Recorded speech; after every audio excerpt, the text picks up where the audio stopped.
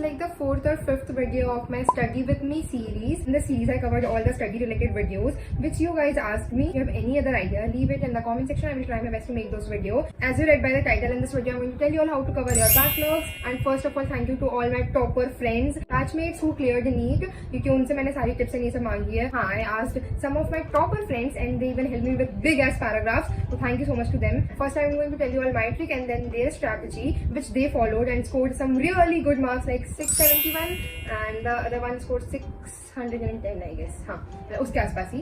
And yes, मतलब दोनों government medical college जा रहे हैं, ये तो कंफर्म है.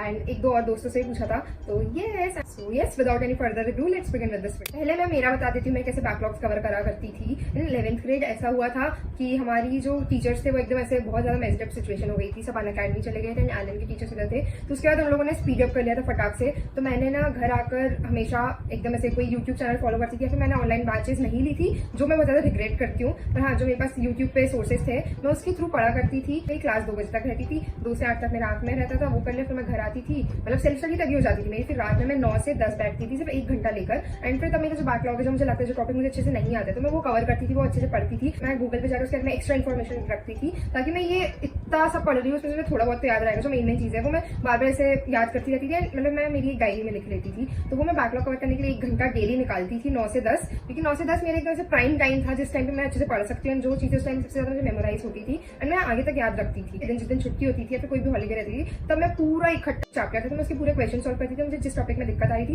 वो मैं वापस से रिवाइज करती थी और उसके और क्वेश्चन करती थी ताकि चीजें और ज्यादा क्लियर कट हो जाए मेरे लिए. So this was my strategy. And then she replied में सबसे पहले टीचर से टाइमिंग लो, देन उसके बाद जो क्लास नोट्स है उन्हें पहले खुद ही रीड करो एंड फिर टीचर से पूछना. And if not possible then go for online lecture, complete detailed one shot. और if you don't know the topic then फिर रिविजन पर्पज के हिसाब से then go for one shots या फिर लेक्चर प्रॉपर्ली. एंड यस, जैसे कि lecture की बात आई है एंड ऑनलाइन की बात आई है, तो ऑफकोर्स इस चीज में फिजिक्स वाला से बेटर कोई है ही नहीं according to me. You can definitely go for their batches. They have launched their NEET batches for Yakeen batch, the Arjuna batch and the Lakshya batch. And if you are dropper then believe me, Yakeen batch is the best for you. And ये सबसे ज्यादा सस्ती भी है and इनकी prices बहुत कम है. तो फिजिक्स वाले में से इतनी ज्यादा रैंक्स भी आई है एंड ऑल इंडिया रैंक 1 भी आई है. And you can also use my coupon code PT150 for an instant 150 rupees discount. And we all know that India के बेस्ट टीचर्स फिजिक्स वाले के प्लेटफॉर्म पर पढ़ाते हैं for all the subjects like physics, chemistry, botany, zoology and every subject. वो लोग daily DPPs भी provide करते हैं. उनके सॉल्यूशंस भी आपको वहीं मिल जाते हैं एंड टेस्ट भी प्रॉपर्ली प्लानर के अकॉर्डिंग रेगुलरली बेसिस पर होते हैं. एंड आपको PDF नोट्स भी वहीं पर मिल जाएंगे. So what are you even waiting for. And हर बैच के साथ मॉड्यूल भी अवेलेबल है. नीट के अंदर कितना ज्यादा कंपटीशन बढ़ रहा है एंड ऑफ कोर्स एक गुड स्ट्रेटेजिकल शेड्यूल आपको डेफिनेटली चाहिए. तो फिजिक्स वाला is the best in this. And if you want to achieve your target then this is the best. And एकदम ही कम प्राइजेस में भी. एंड मेरा कूपन कोड यूज करोगे तो और डिस्काउंट्स मिल जाएंगे.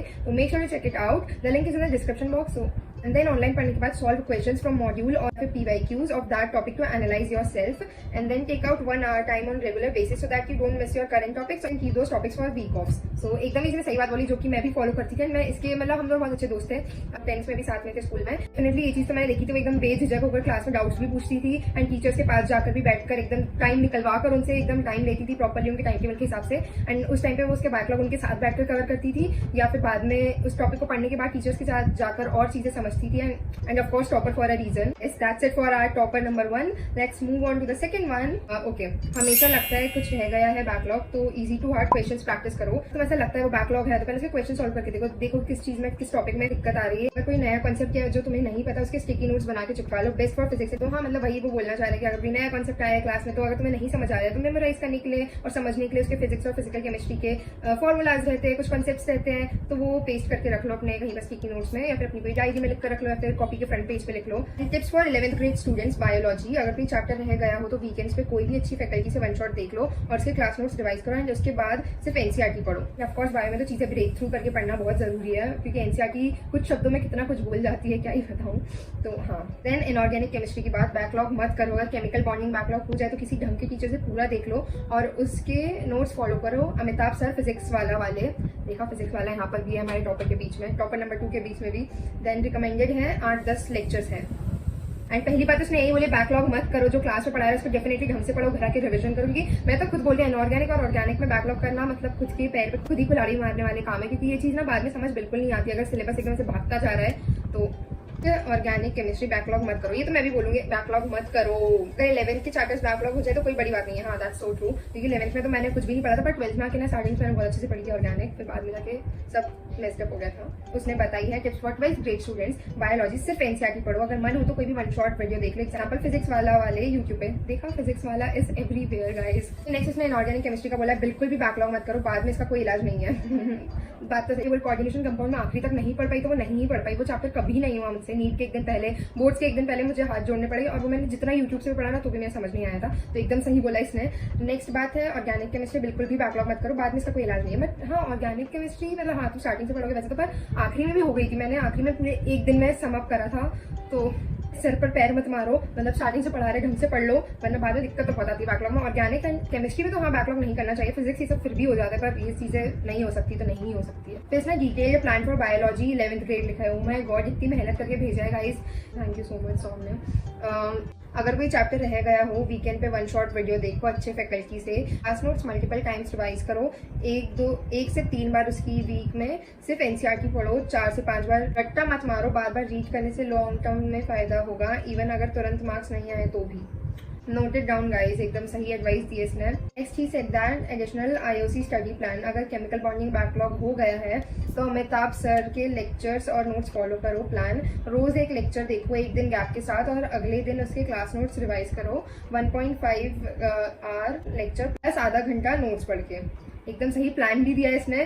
तो अगर तुम्हें और बातें पूछनी है तो मैं इससे परमिशन लेकर इसकी इंस्टा आईडी ड्रॉप कर दूंगी, तो तुम मुझसे पर्सनली जाके बात कर सकते हो, because 671 marks is a very good score. But ये रैंक इन्फ्लेशन के चक्कर में, वन मोर थिंग, ये दोनों फर्स्ट अटेम्प्ट वाले बच्चे हैं। 11th में मेरे साथ थे, फिर इन लोगों ने सेंटर चेंज कर लिया क्योंकि हमारे सेंटर पे इतना मेस्ड अप हो गया था। तो इसलिए आज मैं यहाँ बैठी हूँ और ये लोग नहीं, ऐसा कुछ नहीं। एंड इन लोग की इतनी मेहनत के बाद इनके इतने अच्छे स्कोर आए हैं, एंड टिप्स तो एकदम परफेक्ट दिए है, के थ्रू मैंने मैसेज आप सबको कन्वे कर दिया है। But yes, you can talk to them through their insta IDs. अगर ये लोग मुझे अलाउ करेंगे तो मैं डेफिनेटली पिन कमेंट में डाल दूंगी। तो yes, I guess that's it for this video. ये वीडियो बहुत ज्यादा हेल्पफुल रहा होगा, आई नो, क्योंकि कितना अच्छे प्लान्स दोनों ने, इतनी मेहनत, इतने बड़े पैराग्राफ्स लिखकर भेजे हैं। I feel so good. मतलब अगर ये दोनों इंदौर में कॉलेज लेते तो डेफिनेटली मैं इनका 1-to-1 सेशन वाला इंटरव्यू भी ले लूंगी।